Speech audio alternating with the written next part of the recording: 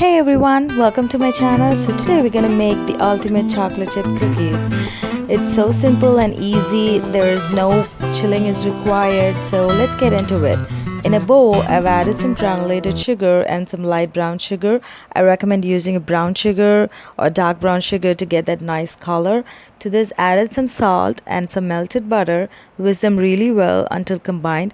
You don't need any mixer or blender, just a whisk is all you need. So once that is combined, to this we're going to add the egg.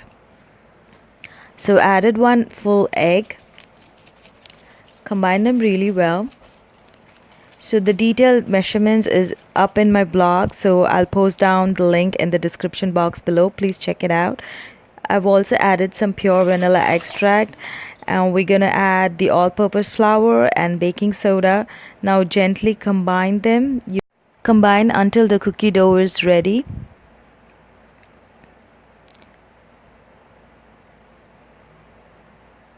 Once the dough is ready, we're gonna add the chocolate chips. Yes, that's the best part.